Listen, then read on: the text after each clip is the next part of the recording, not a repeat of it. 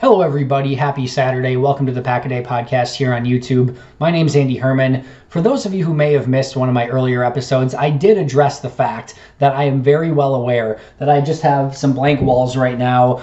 It's just a wall. I'm not in a prison. I know a couple of you have called me out for that. I'm well aware of it. I do have a couple things on order. They are coming. I have the eye for decor about as much as I have the taste buds for food. It's both of them are at like a third grade level at best, if I'm being kind. So that's just taking a little bit of time, but I promise it's coming, and there'll be something to take your eye off of me and give you something better to look at. So I promise you that's coming. Thank you for the comments. I know that means that you care, so I appreciate those very much. But again, the good news is something behind me will be coming in the near future.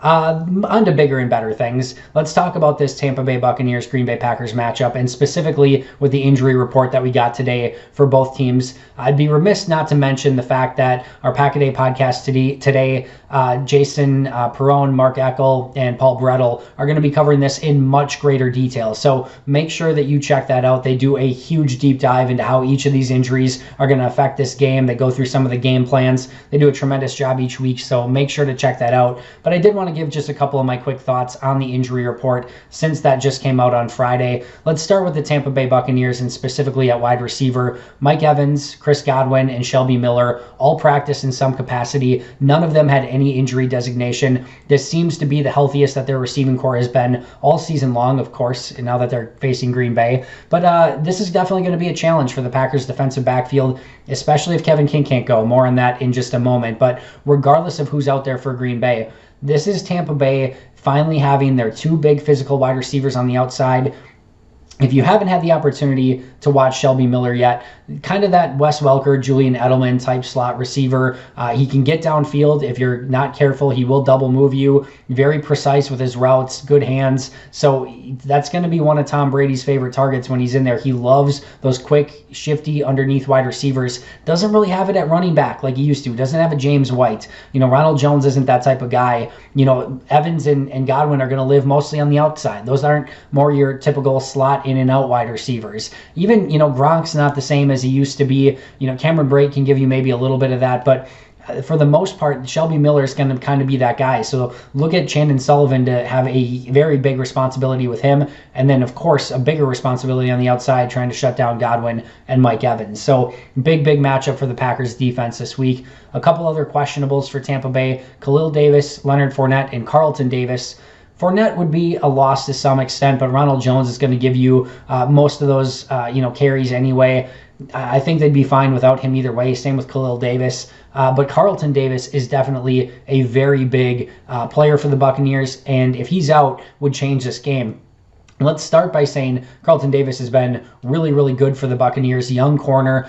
He has been good in man. He can, man up, whether it's on Devontae Adams, MVS. That's the guy that they want out there. If he's not able to play, all of a sudden Ross Cockrell and Ryan Smith get more playing time, especially in the nickel. And that's definitely a game changer for Green Bay. It gives Aaron Rodgers a specific player to target. Cockrell, more of a journeyman, just came up off of the practice squad a week ago. So there's definitely some opportunity to pick on those Tampa Bay corners if Carlton Davis is not out there. If he is, huge win for Tampa. So as you're looking at the inactives on Sunday, definitely make sure to keep an eye out for Carlton Davis, because that's probably the biggest player on Tampa's injury report that could go one way or the other and be a potential game time decision.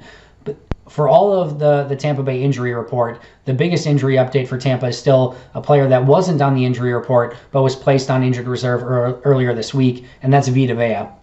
Vita Vea, in a similar vein to Kenny Clark, while not as good, is the center of that Tampa Bay defense. And yes, he's going to make things easier for the edge rushers, Jason Pierre-Paul, and as well as Shaq Barrett. But the bigger thing here is that he really takes a lot of pressure off of those linebackers. You think Levante David and Devin White, which I think is one of the strengths of this Tampa Bay defense. Levante David, one of my favorite players over the course of the last almost decade now. Both of them are tremendously fast. They're quick to the football. they do not want to see centers and guards and fullbacks, coming up on them and getting on top of them. You go back to the Urlachers, the Ray Lewis, it doesn't matter. Those guys have always wanted those big space-eating defensive tackles in front of them. The same thing goes for David and Devin White. So I think this is a major loss for the Tampa Bay Buccaneers. Tampa Bay's been number one in run defense. I think you challenge that right away. I think that defensive tackle spot is not going to be as strong. They still got Ndamukong Suh in there, but after that, the depth gets much, much less with Vita Vea out. So I think you start challenging the middle of that defensive line right away.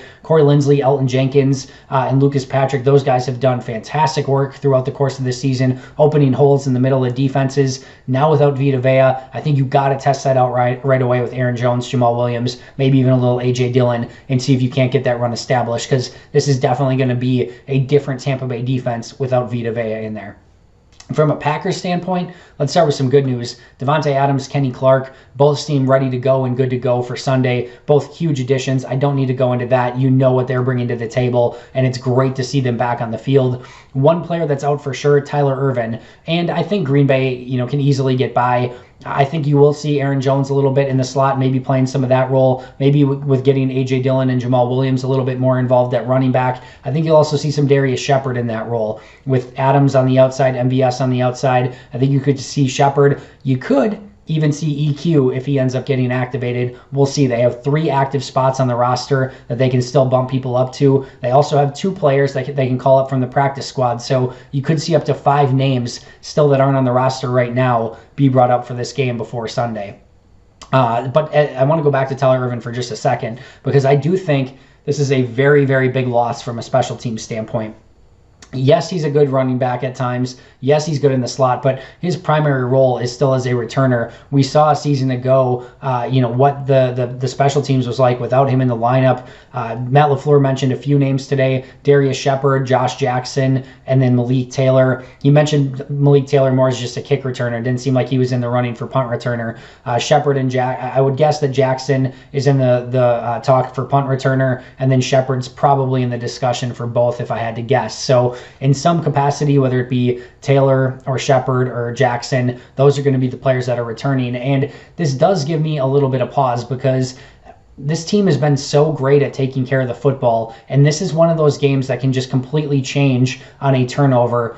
I would just be very cautious if I were the Packers. Your offense can move up and down the field, and we've seen that all season long. Doesn't matter who's playing defense. You don't need to make a spectacular play on special teams. Take the safe play, take the fair catch, take the touchback. Don't worry about that. If you get out of this game without turning the ball over on special teams, a job accomplished. That is a win in my book. What are you going to lose out on? 20, 30 yards, of net yardage? You'll be fine. I think you just want to, proceed in this game with extreme caution from a special teams standpoint, knowing that Tyler Ervin isn't out there. 4 questionables for Green Bay: Rashawn Gary, Zadarius Smith, Montravius Adams, and Kevin King, all listed as questionable. I would assume Zadarius Smith is going to play. He was listed as limited instead of a full participant, but I got to think that this is a game that he's going to find a way to play in. Montravius Adams has been up and down throughout the week, but did practice in some capacity on Friday, so hopefully he's able to go. Even if he's not, he's more of a 10-snap a game player. That was without Kenny Clark, so they can definitely make up those snaps if he's not able to go. Rashawn Gary did miss the last game, so we'll see if maybe they're a little bit cautious with him. You'd love to see him out there, but you do want to see him get healthy as well. And then the big one that seems to be a true game-time decision, in fact, that's exactly what Matt LaFleur called it, and that's Kevin King. And no question about it, with Mike Evans and Chris Godwin out on the outsides, this is a game tailor-made for Kevin King. He's a guy that you want out there against those bigger, more physical wide receivers. So if they don't have him, it'd be a major loss for Green Bay. Could it tip the scales of the game? Maybe. I didn't think Josh Jackson had a particularly good week against Atlanta when he got in the second half. It almost seemed like he was benched for Kadar Hallman at one point. So I do think that those corners are going to have to step up, whether it's Josh Jackson, Chandon Sullivan, Kadar Hallman, whomever it may be. It could even be Sullivan on the outside, Darnell Savage moving in the slot. They could do some things with Redmond or Raven Green. We'll see. I'd expect a lot of zone from Green Bay, but you want to be able to throw a lot of different looks and a lot of different personnel at Tom Brady. He may not confuse easy, but you can't just keep keep throwing the same thing at him. So not having Kevin King would definitely change up the game plan for Mike Pettin, and him being able to go and be out there would be a huge win, very similar to Carlton Davis for the Bucs. That does it for me. Thanks so much for listening. I'll be back tomorrow with my keys to the game on Sunday, game day, Packers, Bucs, Brady, Rodgers, Jones versus Jones at running back, Za'Darius Smith and Preston Smith versus Donovan Smith. So much symmetry in this game. Should be so much fun. The Battle of the Bays. Cannot wait. Hope you enjoyed this episode. Until next time, and as always, go Pack Go.